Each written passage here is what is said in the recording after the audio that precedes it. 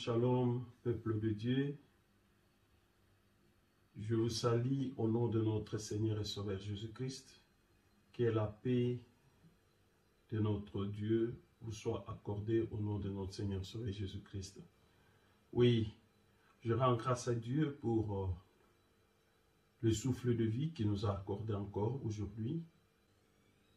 Je rends grâce à Dieu pour vous tous, les abonnés de Anaclé Family TV, pour le temps que vous prenez pour suivre nos vidéos, vos commentaires, vos suggestions, vos questions. Vraiment que mon Dieu vous fasse du bien. Oui, je reviens encore aujourd'hui, c'est comme je l'avais annoncé l'autre fois. Nous allons commencer un nouveau enseignement, un nouveau sujet. Oui, bien aimé, ce que nous faisons, nous ne le faisons pas pour passer le temps, non, mais c'est un message que Dieu rend disponible pour que son peuple puisse se racheter, puisse revenir à lui. Parce que nous devons comprendre que nous avons été créés pour une mission. Et comme le jour passe, le retour de Christ aussi s'approche. Alors nous devons nous préparer parce que nous sommes le temple du Saint-Esprit, nous sommes la demeure du Dieu Tout-Puissant. Nous devons nous conformer à la parole. Oui, aujourd'hui, nous allons commencer notre thème qui est intitulé « L'éthique chrétienne ». L'éthique chrétienne, deux points, l'amour, le pardon et l'humilité. Comme je l'ai dit, les trois vertus chrétiennes que Jésus-Christ a beaucoup insisté sur pendant son ministère, c'est les trois éléments-là, là où nous allons retrouver toutes choses. Parce qu'un chrétien doit vivre ces trois éléments dans sa vie. Alors, avant de commencer, nous allons prier comme d'habitude, nous allons recommander notre temps entre les mains de l'Éternel, que Dieu nous aide, que le Saint-Esprit nous assiste, pour que nous ne puissions pas parler de nous-mêmes, que nous ne puissions pas parler selon la chair, mais que nous soyons guidés par le Saint-Esprit. Prions ensemble. Éternel Dieu de gloire, Dieu de paix, Jéhovah Jireh, Jéhovah Shalom, le Dieu Tout-Puissant, le Dieu très haut, nous t'élèvons, nous te glorifions encore pour ton amour et ta bonté dans notre vie. Merci Yahweh pour cette opportunité que tu viens encore de nous donner, afin que nous puissions, mon Dieu, mon roi, parler de ta part. Yahweh, je viens encore diminuer devant toi, je diminue tout ce qui est en moi, et je laisse que ton nom seul soit élevé. Saint-Esprit, prends le contrôle de ma vie, que tout ce qui sortira de ma bouche soit l'ainsi dit l'Éternel. Yahweh de gloire, je viens recommander le cœur de ton peuple disposé entre tes deux mains bénies.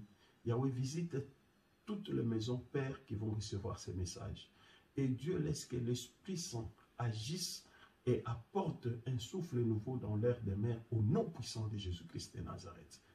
Sois notre alpha et notre oméga, commence et termine avec nous. Au nom puissant de Jésus-Christ, nous avons ainsi prié, nous disons Amen. Oui. Amen. Oui, nous commençons notre sujet, comme je l'ai intitulé, l'éthique chrétienne, l'amour, le pardon et l'humilité. Alors, les trois vertus chrétiennes qui ont caractérisé l'enseignement de Jésus-Christ étaient l'amour, le pardon et l'humilité. Mais avant d'aborder ces trois sujets, d'abord, quand on parle de vertu, qu'est-ce que ça veut dire? Le mot vertu. Oui, je sais bien qu'il y a beaucoup de francophones, on comprend cela très bien. Et je vais vous demander aussi de ne pas me tenir rigueur parce qu'il y a certains de nos bien-aimés qui ont aussi réclamé que nous devons soit commencer à faire le bilingue, parler aussi un peu en lingala, pour qu'ils peuvent bien saisir le message. Donc, Mais à la prochaine, on verra si peut-être nous pouvons commencer à faire une émission en français cette semaine et l'autre semaine, nous faisons en lingala, ou bien on verra comment Dieu peut nous aider à avoir quelqu'un qui peut nous interpréter. Alors, vertu, d'abord, comme nous le disons, la vertu, c'est quoi? La vertu, selon la définition de Petit Larousse, c'est une disposition spirituelle à agir avec persévérance en accord avec la loi divine. Oui, parce que si nous parlons de la vertu chrétienne, nous ne parlons pas de la vertu tout court. La vertu, on peut dire, c'est qualité, propriété particulière, bonne, efficace de quelque chose, pouvoir ou propriété d'une chose. Mais maintenant, quand nous parlons de cela en tant que vertu chrétienne, donc ce sont des dispositions spirituelles à agir avec persévérance, des dispositions mises sur pied pour que nous puissions agir avec persévérance en accord avec la loi divine, donc en accord avec le principe de la parole de Dieu. Amen. Oui, et le mot éthique, comme nous le disons, l'éthique chrétienne, qu'est-ce que ça veut dire? Éthique, c'est seulement l'ensemble de principes moraux qui sont à la base de la conduite de quelqu'un. Amen, bien-aimé. Oui. Donc, là, je venais de donner l'explication, de petites définitions de ces deux mots. Donc, mot vertu, parce que nous parlons de la vertu, de vertu chrétienne, et le mot éthique, qui est dans notre thème ou dans notre sujet, l'éthique chrétienne. Donc, éthique, c'est l'ensemble des principes. Donc, mibeko, mabungisi. Ba principe nyonso ba bongiseli biso po ete totambola lolenge na yango. Donc c'est yango nde bazo benga éthique. Éthique donc c'est l'ensemble de principes moraux. Donc mibeko moko ba bongisi ba tieli biso po ete tolanda yango. Donc po eko permettre etambweli na biso. Donc l'éthique là c'est la façon que nous devons marcher. Alors comme nous l'avons intitulé, nous allons commencer par le premier point qui est l'amour. L'amour, on ne peut comprendre et pratiquer au mieux l'amour chrétien que si l'on voit comme le reflet de l'amour de Dieu. Oui. Donc, on peut comprendre et pratiquer au mieux l'amour chrétien que si l'on le voit comme le reflet de l'amour de Dieu dans ses diverses dimensions. En outre, de même que l'amour de Dieu, l'amour que les croyants doivent démontrer n'a pas tant été inventé sous la nouvelle alliance qu'affiné ou précisé. Oui. L'amour, parce que nous devons comprendre, nous parlons d'abord ici de l'amour. On essaie seulement d'abord de nous expliquer ici.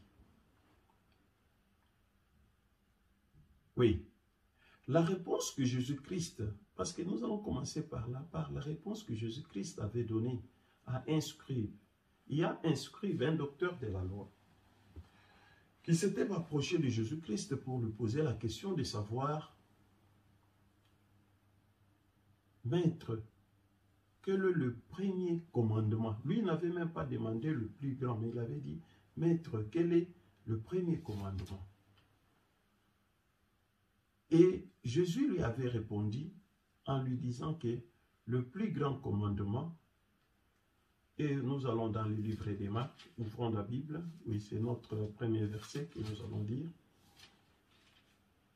Amen, peuple de Dieu, soyons là. Essayons de comprendre, je parle lentement là parce que c'est la parole de Dieu qui délivre, c'est la parole de Dieu qui justifie, c'est la parole de Dieu qui guérit. Donc si nous ne comprenons pas la parole de Dieu, nous serons esclaves. Nous serons dans la captivité. Nous serons liés. Mais si nous arrivons à comprendre la profondeur, la hauteur, la largeur de la parole de Dieu, nous serons délivrés. Nous serons libres. Nous serons guéris. Amen. Nous allons dans le livre de Marc. Marc au chapitre 12. Oui. Marc au chapitre 12.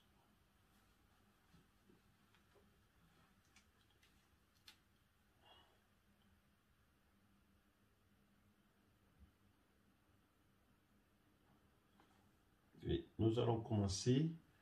Nous pouvons lire du verset 28 au verset 31. Marc chapitre 12, nous lisons le verset 28 au verset 31. Je lis la parole de Dieu au nom de Jésus-Christ de Nazareth. Un des scribes qui les avait entendus discuter, sachant que Jésus avait bien répondu aux Sadducéens, s'approcha et lui demanda: quel est le premier de tous les commandements? Quel est le premier? Il a posé la question pour savoir quel est le premier de tous les commandements. Donc c'est pour dire, le scribe se connaissait qu'il y avait 10 commandements de la loi mosaïque qui dirigeaient ou qui régissaient le peuple de Dieu. Mais il arrive ici, il demande quel est le premier commandement. Alors, nous allons continuer. Au verset 29, Jésus répondit: voici le premier.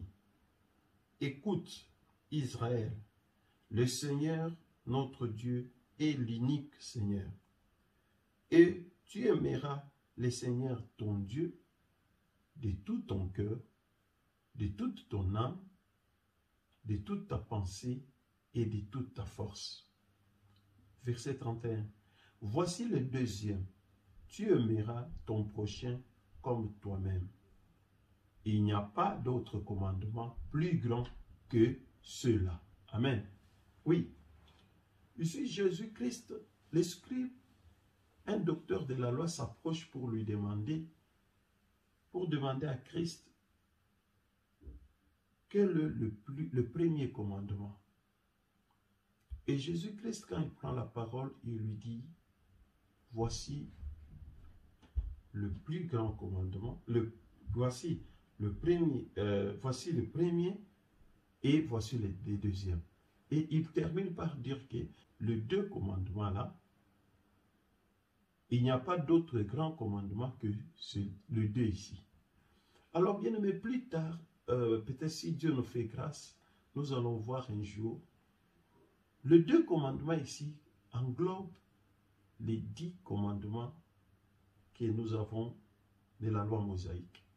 Parce que quand vous regardez dans le 10 commandements, si peut-être vous n'avez jamais tiré attention, vous les récitez seulement comme ça, le 5 premiers commandements, dans le 10 commandements, parle de l'amour ou de la relation de l'homme avec Dieu. Oui, vous pouvez vérifier, vous allez voir, on vous parle plus des relations de l'homme avec Dieu. Et à partir du 6e commandement jusqu'au 10e, on parle maintenant de la relation entre l'homme et son prochain. Au moment où Jésus ici dit, il résume les 10 commandements en 2 commandements. Aimer Dieu de tout son cœur, de toute ton âme, de toute ta pensée, de toute ta force. Et il ajoute le second qui est aimer ton prochain comme toi-même. Donc, c'est-à-dire aimer de tout ton cœur, de toute ton âme, de toute ta pensée et de toute son énergie entièrement. Il faisait la synthèse, c'est comme je venais de le dire, il faisait la synthèse des passages fondamentaux. Oui, parce que ces passages fondamentaux se trouvent dans l'ancienne alliance. Parce que bien que Jésus a parlé, ici, Les scribes, les docteurs, ils croyaient que Jésus-Christ est venu abolir la loi ou contredire ce que Moïse avait laissé comme la loi mosaïque. Mais Jésus n'était pas venu pour abolir la loi, mais il était venu pour l'accomplir. C'est pourquoi même quand il parle ici, l'allusion est faite au livre des Deutéronome, Deutéronome 6, 4 et 5, et Lévitique 19, 18, là où le peuple d'Israël a été enseigné déjà par Moïse pour lui dire que non, tu aimeras ton Dieu de tout ton cœur. Lisons seulement Deutéronome, allons dans le livre des Deutéronomes. Donc l'amour est l'un des éléments clés dans la vie chrétienne. Un enfant de Dieu qui ne marche pas dans l'amour, un enfant de Dieu qui ne pratique pas l'amour, il y a quelque chose qui vous manque encore, ou qui te manque encore. Nous sommes en Deutéronome 6, au verset 4. Écoutez ce que la Bible nous dit. Écoute Israël, l'Éternel notre Dieu est le seul éternel. Tu aimeras l'Éternel ton Dieu de tout ton cœur, de toute ton âme et de toute ta pensée. Ici, c'était la loi mosaïque. C'est pourquoi je vous ai dit, c'est que Jésus a répondu aux scribes, il faisait allusion à cette loi. Quand un enfant de Dieu n'aime pas Dieu, cette incapacité à aimer Dieu se trouve au cœur de l'idolâtrie. Et la réponse de Dieu à cela est une colère jalouse. Oui. Mutu oyo azali na bolingo te ya Nzambe. Ozali mutu oyo ozo salela, ozo gumba mela batu mususu. Oza kokumisa biloko mususu. Oza osalo balobi na lopoto l'idolâtrie. Et quelqu'un qui n'adore pas Dieu, parce que pour adorer Dieu, pour aimer, adorer Dieu, il faut l'aimer. Celui qui n'aime pas Dieu, donc c'est un idolâtre. Et un idolâtre, la colère de Dieu est proche et est stricte et jalouse même. Nous disons, allons en Exode, les livres d'Exode, pour voir ce que je viens de dire. Exode 20, Exode chapitre 20. Exode chapitre 20, nous allons lire les versets 4 et 5. Exode 20, versets 4 et 5. Je lis au nom de Jésus-Christ. Tu ne te feras point d'image taillée, ni de représentation quelconque, des choses qui sont en haut, dans les cieux, qui sont en bas, sur la terre, et qui sont dans les eaux, plus bas que la terre. 5.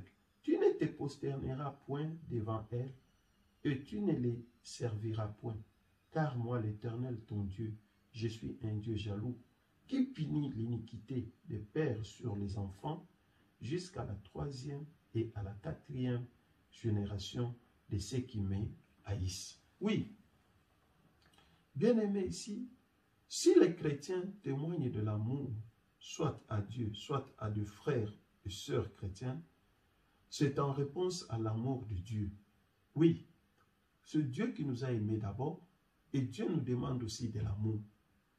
Quelqu'un qui n'aime pas, Dieu dit que c'est un idolâtre et il n'échappera pas à la colère de Dieu. Parce que la Bible ici, quand nous voyons dans Exode, Dieu déclare même que à la fin, il dit, à la 4e génération de ceux qui me haïssent. Donc, comme tu n'aimes pas Dieu, donc tu les hais. Et celui qui hait Dieu, sache que la colère de Dieu suivra les enfants de tes enfants et de tes enfants. Ça va aller jusqu'à la 4e génération. Amen.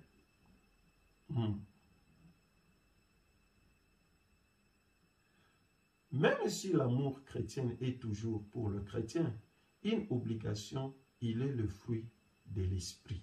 Oui, l'amour, c'est le fruit de l'esprit. Bien-aimés, si vous dites que vous êtes chrétien et vous n'avez pas l'amour en vous, il y a quelque chose qui vous manque. C'est le fruit de l'esprit. Et quelqu'un qui a le Saint-Esprit en lui, il ne peut pas marcher dans la haine.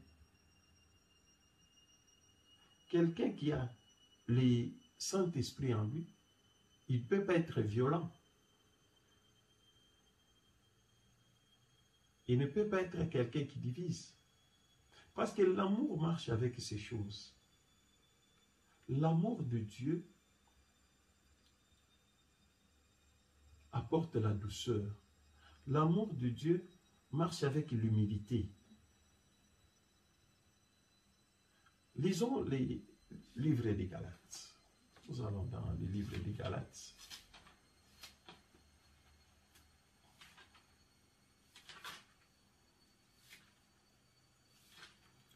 Galates chapitre 5. Au verset 5, au verset 13 plutôt. Galates chapitre 5 au verset 13. Écoutez ce que la Bible nous dit. Frères, vous avez été appelés à la liberté. Seulement ne faites pas de cette liberté un prétexte de vivre selon la chair, mais rendez-vous par amour serviteurs les uns des autres. Amen. Oui. Nous sommes appelés à vivre dans la liberté, mais la Bible, la parole de Dieu nous dit que ça ne doit pas être un prétexte de vivre selon la chair. Celui qui vit selon la chair, il marche dans la haine, il marche dans l'injustice, il marche dans la division, il marche dans l'orgueil. Mais un enfant de Dieu, qui a l'Esprit de Dieu en lui, il marche dans l'amour. L'amour est ce bien-aimé, même quand Jésus-Christ a parlé aux scribes, aux disciples, Jésus-Christ a montré que l'amour, on peut parler d'aimer que lorsque on accepte à arriver même au niveau des sacrifices suprêmes. Quelqu'un qui accepte même de mourir, de donner sa vie pour l'autre. C'est pourquoi, quand Jésus nous recommande d'aimer ton prochain comme toi-même, bien-aimé, il n'a pas dit seulement aimer ton prochain. Jésus dit aimer ton prochain comme toi-même. Regarde tout ce que toi tu veux qu'on puisse faire de toi. Bien-aimé, c'est difficile, aux hommes en montalingi, va jeter ma fleur, mais toi tu n'aimes pas jeter des fleurs aux autres. Tu veux qu'on te donne. Oui, quand on te donne là, de belles paroles de bénédiction sortent de ta bouche. Mais si on donne à quelqu'un autre à côté de toi, tu commences à murmurer. Ça, ce n'est pas de l'amour. Quand on te fait du bien, pour toi, là, c'est bien, la personne, c'est une bonne personne, tu vas faire des éloges, remercier, tout ça. Mais si tu apprends seulement que la même personne, il y avait quelqu'un autre qui était aussi dans le besoin, à qui on a assisté de cette façon, tu commences à murmurer, tu commences à parler mal de l'autre, ça, ce n'est pas de l'amour. Ce que vous voulez qu'on puisse faire de vous, vous devez aussi le faire pour autrui, pour votre prochain. C'est ce que moi je dis, même dans le mariage, dans les couples.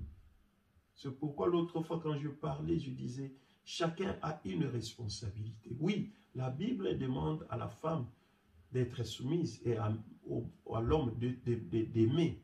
Mais je vous ai montré l'autre fois, nous avons partagé l'autre fois que vous ne pouvez pas être soumise si vous n'aimez pas.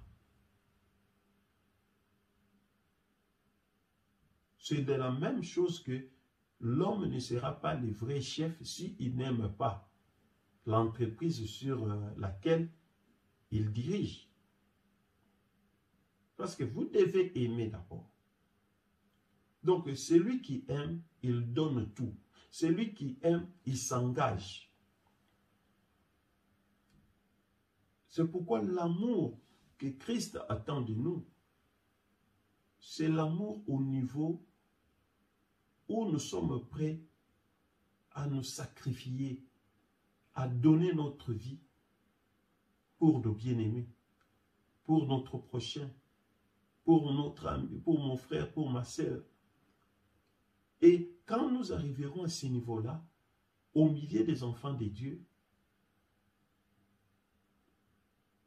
le mal n'aura plus de place. Parce que vous allez vous parler avec amour, vous allez vous reprocher avec amour, vous allez vous reprendre avec amour, vous allez vous corriger avec amour.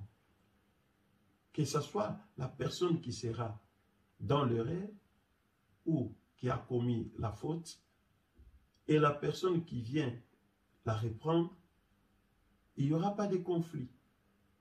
Mais il y a des conflits, pourquoi? Parce que nous voulons plus pointer du doigt aux autres, mais nous oublions que nous-mêmes, nous sommes incapables d'enlever la paille dans notre œil. Amen. Amen, peuple de Dieu. Donc, nous devons comprendre que c'est ce que Dieu demande des enfants de Dieu.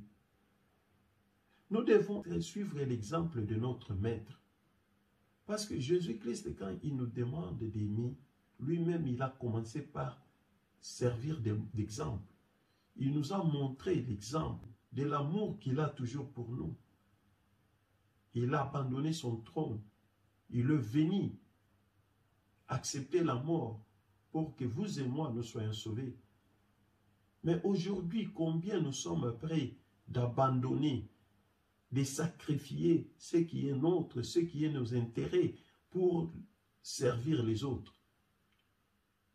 Batuboni, lelo kukotika, otali kwe o ezali intérêt nanga, o ezali bolamu nanga. Mais ndenge muninga pas un problème, il est aussi dans le besoin. Laisse que je puisse d'abord le prioriser. Nous sommes des égoïstes. Et l'égoïsme n'a pas de place dans la vie des enfants de Dieu. Au milieu des enfants de Dieu, nous devons abandonner l'égoïsme, mais nous devons bâtir l'amour. Parce que nous avons un seul maître. Notre maître doit nous servir d'exemple.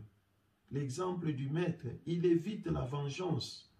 Inévitablement, la maîtrise de soi devient un mot d'ordre. Oui, un enfant de Dieu qui a de l'amour, qui a de la considération pour son prochain. Cet amour va bâtir la maîtrise de soi en vous. Tandis que les chrétiens apprennent à aimer autant avec son cœur par ses attitudes que par ses actes. Oui. Lisons d'abord Romains. Ouvrons les livres encore en Romains parce que nous avons beaucoup parlé. Bien-aimé, c'est un enseignement. Ma prière est que le Saint-Esprit nous aide à comprendre ces choses. Parce qu'aujourd'hui, si nous parlons mal de nos assemblées, nous parlons mal de nos frères et sœurs, c'est parce que nous manquons à cultiver cet amour qui nous est demandé par notre Seigneur et Sauveur Jésus-Christ. Nous devons bâtir l'amour au milieu de nous. Nous devons vivre cet amour. C'est quelque chose que nous devons vivre.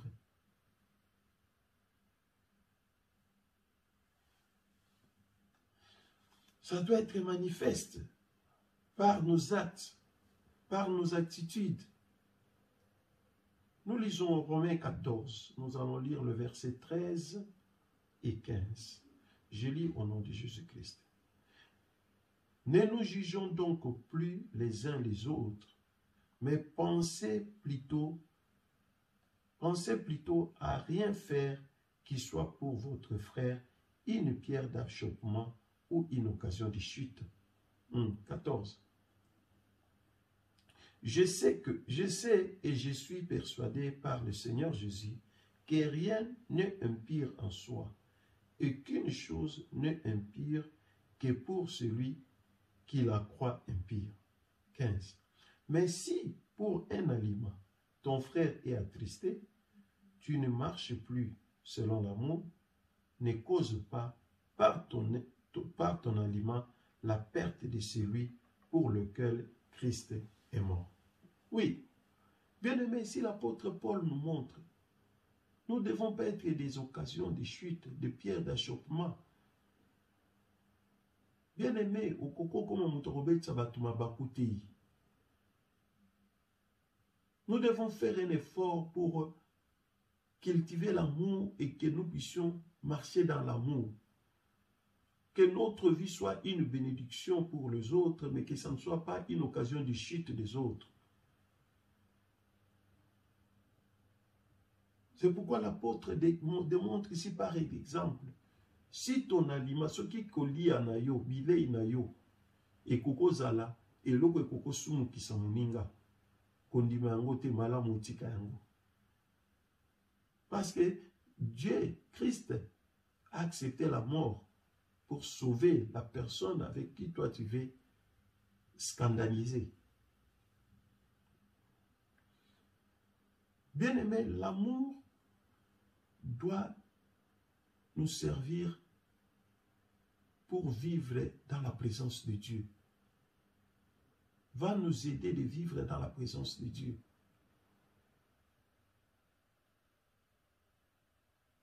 Regarde toujours, essayons un peu de nous examiner nous-mêmes. La façon dont toi-même tu t'aimes. Ce que tu veux qu'on puisse faire de toi, fais-le aussi pour autrui. Fais-le pour ton prochain. C'est comme j'ai toujours dit même à mes enfants. Si je tonne sur toi, tu ne seras pas content. Mais pourquoi tu veux tonner sur tes sœurs ou sur tes frères? Si tu vois que toi, tu n'aimes pas que je puisse te parler ou qu'on puisse te punir, mais pourquoi toi, tu le fais à ton frère ou à ta sœur? C'est la même chose. Si vous ne voulez pas qu'on parle du mal de vous, combien de fois vous, au téléphone, vous parlez du mal des autres? Parce qu'ici, moi, je ne regarde pas seulement le frère, parce que même ceux que nous appelons frères et sœurs dans la foi, ceux qui mais si tu vois que ton frère, il ne marche pas correctement, parle-lui en face avec amour. Tu lui montres que bien aimé, tu es mon frère, c'est avec amour, mais ce que tu fais là, en tant qu'enfant de Dieu, ce n'est pas correct. Ce n'est pas que tu dis, ah mon frère bien aimé, mais quand il n'est pas là, tu les critiques. Il vient se confier en toi, il a un problème. Oui, tu n'as pas de moyens de l'assister financièrement, mais tu peux l'assister même dans de prières. Tu peux l'assister avec des conseils. Mais tu le prodigues des conseils. Quand il s'en va, tu es le premier à commencer. Tu te moques de lui. C'est pas ça, c'est pas de l'amour. L'amour ne fait pas du mal. L'amour ne soupçonne pas. L'amour ne calomnie pas. Nous devons aimer nos prochains comme nous-mêmes. Si nous le faisons, si nous essayons de le faire, nous allons voir, même dans notre communauté, il n'y aura plus de problème. Parce que nous nous parlerons en face, dans la vérité, avec amour, et nous allons nous corriger aussi avec amour. Il n'y aura pas de conflit, il n'y aura pas de division. Et nous ne servirons plus d'occasion de chute ou de pierre d'achoppement pour les autres. Mais nous serons là, nous serons comme de bénédictions pour nos prochains. Amen. Amen, peuple de Dieu. Oui, nous allons terminer pour aujourd'hui. Nous allons lire 1 Pierre, le livre de 1 Pierre, l'épître de 1 Pierre. Premier épître de Pierre, oui. C'est un long enseignement, nous allons continuer petit à petit.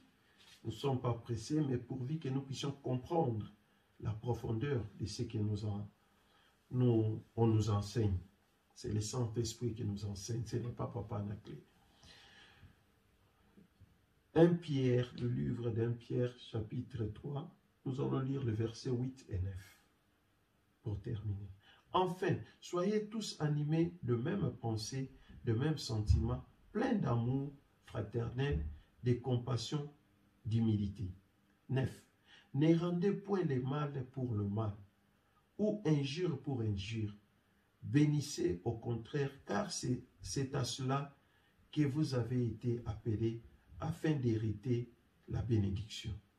Amen. Oui, bien aimé, c'est clair là. Là, c'est l'apôtre Pierre qui parle. Il nous montre ici que nous devons tous être animés de même pensée. C'est comme nous l'avions vu quand nous avions parcouru le thème de l'Église, que nous devons avoir le même pensée. Nous devons avoir des mêmes sentiments et nous devons avoir de l'amour fraternel. L'amour fraternel, c'est l'amour que vous manifestez même dans la famille. Regardez quand nous vivons dans nos familles biologiques. Tu peux avoir des problèmes avec ton frère, même dans la maison, même ta soeur. Mais si en cours de route, tu vois quelqu'un en train d'attaquer ton frère ou ta soeur, ou de la menacer, tu ne vas pas croiser les bras, dire que parce qu'on a des problèmes là, je n'interviens pas. Tu vas oublier. Tu vas d'abord intervenir parce que c'est ton frère, c'est ta soeur.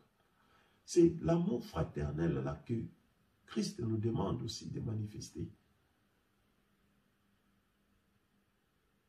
Quelqu'un qui aime bien son frère et sa sœur ne parlera pas mal de son frère à son absence. Mais s'il y a des erreurs, s'il y a des fautes, s'il y a des manquements, s'il y a des faiblesses, il sera là pour aider son frère ou sa sœur à devenir aussi fort demain. Totika mutema mabe, totika likunya. To bâtir bolingo. Bolingo ezali kombo ya Nzambe. Si nous disons que nous sommes de Dieu, nous devons avoir les caractères ou les caractéristiques de Dieu. C'est l'amour. Oui, bien-aimés, aujourd'hui nous allons nous arrêter là. Nous n'avons pas fini le premier point parce que l'amour est vaste. Nous allons continuer la semaine prochaine par la grâce de Dieu. Que mon Dieu vous fasse du bien. Que le Saint-Esprit nous aide à comprendre cet enseignement parce que c'est la base de la vie chrétienne. C'est comme nous avons dit, c'est l'éthique chrétienne. Vivre l'éthique chrétienne, l'éthique de Dieu. L'amour, le pardon et l'humilité. Nous sommes encore au niveau de l'amour. Parce que avant d'aller au pardon et à l'humilité, nous devons d'abord comprendre l'amour et nous devons vivre cet amour. Que mon Dieu vous bénisse. Nous allons prier, remercier Dieu pour le temps que nous avons passé ensemble et demander aussi sa grâce afin que nous puissions comprendre réellement cette parole, cet enseignement et que prochainement, par sa grâce, que nous puissions encore nous retrouver pour continuer. Prions ensemble. Père de gloire, Papa, je te dis merci. Merci pour ton amour et ta bonté. Je te loue, je t'élève, Yahweh, pour ce moment encore que nous avons passé ensemble avec ton peuple. Merci pour ta parole. Tu es amour. L'amour est ton nom. Dieu laisse que, Père, tu puisses nous donner le cœur d'amour. Père de gloire, que nous puissions comprendre que nous devons être tes disciples. Nous devons marcher sur tes pas. Nous devons suivre ce que toi, notre Maître, tu nous as montré. Yahweh de gloire, éloigne de nous des divisions. Éloigne de nous, Père de gloire, des conflits inutiles. Que nous ne soyons pas aussi les pieds d'achoppement, Papa, pour les autres, pour nos prochains. Mais Yahweh, que nous puissions devenir des bénédictions pour nos prochains, nos vis-à-vis. Merci pour ton amour et ta bonté. Nous recommandons encore notre vie entre tes mains bénies. Je prie pour la vie de tous les abonnés de cette chaîne et tous ceux qui vont aussi nous suivre, mon Dieu. Je prie pour leur vie, que ta grâce et ta faveur règnent dans leur maison. Nous délogeons tout ce que toi tu n'as pas sémé et nous nous levons pour condamner toute parole contraire à ta volonté au nom puissant de Jésus-Christ de Nazareth. Reçois l'honneur et la gloire et l'adoration.